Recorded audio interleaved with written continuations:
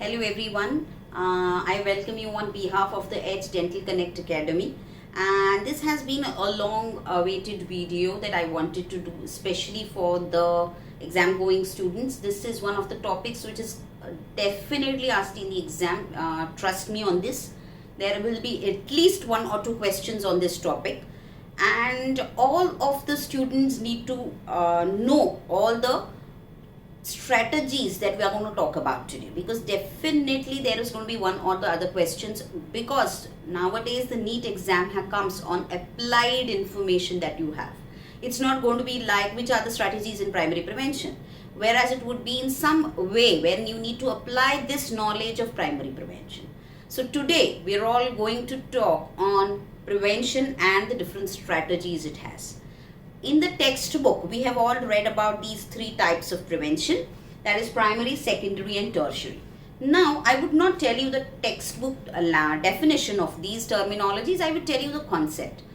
Primary prevention is basically that type of prevention where we use the strategies when there is an exposure but no disease. Now, all this exposure and all sounds a little overwhelming for the students. What does it mean? There is chocolates available in the market, there is tobacco available in the market. So the exposure is always there. And all of us do consume sweets, all of us do consume chocolates, there are a lot of people who consume tobacco. So the disease will or may develop in future. That is what primary prevention is. So our strategies are going to be to prevent the development of disease. So what are the strategies that we use? Definitely fluorides and Pittenfisher sealants for dental caries. Oral prophylaxis is again for both dental caries and periodontal disease. Diet counseling is also for both dental caries and periodontal disease, but more focus definitely is on dental caries. Then mouth guards, especially for sports to prevent any kind of malocclusion. And correction of malaligned teeth is a type of primary prevention which comes under orthodontics, and removal of any known irritants, especially for primary prevention of oral cancer, because we have an evidence of sharp tooth being a reason of oral cancer. So this is primary prevention, wherein we are talking about no disease and only exposure being present. Then we see what is secondary prevention. Now in secondary prevention, the disease process has begun. That is, the pathogenesis of the disease has started, and we are trying to prevent the progression of the disease. So our focus is early diagnosis and prompt treatment. So what do? We do fluorides on incipient caries, because fluoride is known to remineralize enamel, and incipient caries is that condition wherein there is no cavitation, there is no loss of enamel structure, but demineralization of the tooth has already begun. And restorations could be GIC, composite, amalgam, miracle mix, any kind of restoration would come under secondary prevention. Serial extractions. Now why is serial extraction in secondary prevention? Because we know that there is a disease that is existing and we need to prevent the further loss of function in case of malocclusion. Then biopsy in case of pre-malignant lesions and oral cancer or suspected oral cancers. And fixed and removable orthodontics. When I am saying fixed and removable appliances, here means only related to orthodontics, not prosthodontics. So in secondary prevention, we are talking about early diagnosis and prompt treatment, because here the disease process has begun and we want to stop its progression. Then we look at tertiary prevention. Now tertiary prevention is when the disease progression is extended so much that there is disability and handicap. So whenever we talk about handicap, what comes to our mind? Kisi ka toota hua pair hai, someone is limping, someone does not have a hand. But for us as oral health professionals, for us handicap is a loss of tooth.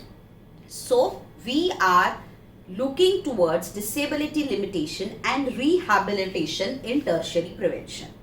So here we have implants, flap surgeries, maxillofacial prosthesis. Now the reason that I am using this terminology is that maxillofacial prosthesis encompasses all kinds of prosthesis. It could be right from any type of prosthesis or what we went through recently in the pandemic crisis was the mucormycosis cases who also received maxillofacial prosthesis for maxilla recovery, reconstructions, all that, deep curettage, chemotherapy and radiotherapy. So now you need to remember all these examples because they could come in the form of examples and you may have options as primary, secondary, tertiary prevention. Now this is what we have already studied in our textbooks. Now I have something new to tell you too. So Soban Peter, the newer edition, has used this terminology and there is a little details about this given. That is primordial prevention. Now primordial prevention is something where we are talking about prevention where there is no exposure. What does it mean? What does it mean? That if there is a law which is passed today or probably this week which says that the sale of tobacco and production of tobacco has to be stopped immediately. If this is what a law comes ahead, what would happen is the children who would be born in 2022, let's take for example, so those children would be in primordial prevention for oral cancer. Because they are not going to see tobacco, they are not going to get exposed to tobacco, they are not going to see their peers eating tobacco or smoking, and hence they are not going to be exposed. So that is the meaning of primordial prevention. So this is where we as health professionals have very less role. We can only guide towards what are the steps, but the major responsibility of primordial prevention is on lawmakers and policymakers, or rather politicians. So that is primordial, and something the new that has come up with the advent of insurance, with the advent of lot of lawsuit cases against doctors, we have something called as quaternary prevention. Now, quaternary prevention is the prevention of over-medicalization or over-treatment. Now, what does this mean? What has happened in due course of time is that doctors are coming under lawsuits. There are a lot of cases filed against doctors. So, doctors want to be safe. And that is the reason of this over-diagnosis or over-treatment or over-medicalization. So here we are focusing in quaternary prevention. We do not have an evidence as of yet in relation to dentistry for any of the treatments or strategies that need to be taken. But what we need to take care is that we don't need to overdiagnose. Now what I mean by here is probably I am a high risk patient. My husband is a high risk patient. So with that hope that because both of us are high risk patient, I already give restorations to my kids, that would be over treatment, and that has been done and has been seen in US that there is a lot of over medicalization in these terminologies, and lot of healthcare costs are incurred due to over medicalization. But we do not have an evidence related to dentistry. This is about over quaternary prevention. Now, I would just like to end with this one diagram which tells us about the prevention overall. Just have a look. Very rarely would you really find this type of a picture which actually summarizes the entire thing.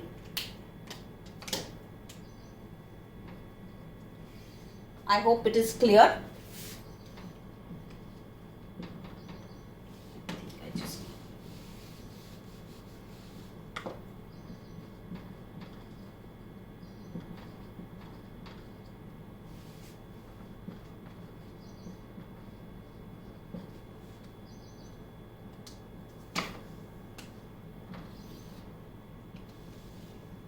So basically what we need to remember is that the questions are not going to be direct. The questions are going to be a little applied, or they could be a little crooked, I would say. They would not be straight like they used to be earlier. So we need to be prepared. that was an intake this video, because normally children get confused, and when it actually comes, you know that this is a question, you forget that there is fluorides in dental caries, or there is Britain Fisher is again primary prevention.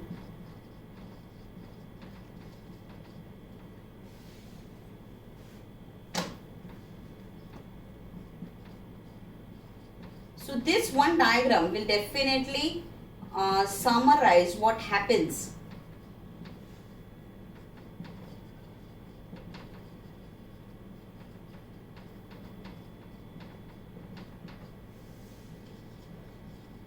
So what it tells us basically, just have a look, a careful look at this diagram. The patient feels well, patient is without the disease, it's primary prevention. Patient feels well but is with disease, comes under secondary prevention. Patient with disease but feels unwell, comes in tertiary prevention. But patient without the disease but feels unwell, comes in quaternary prevention.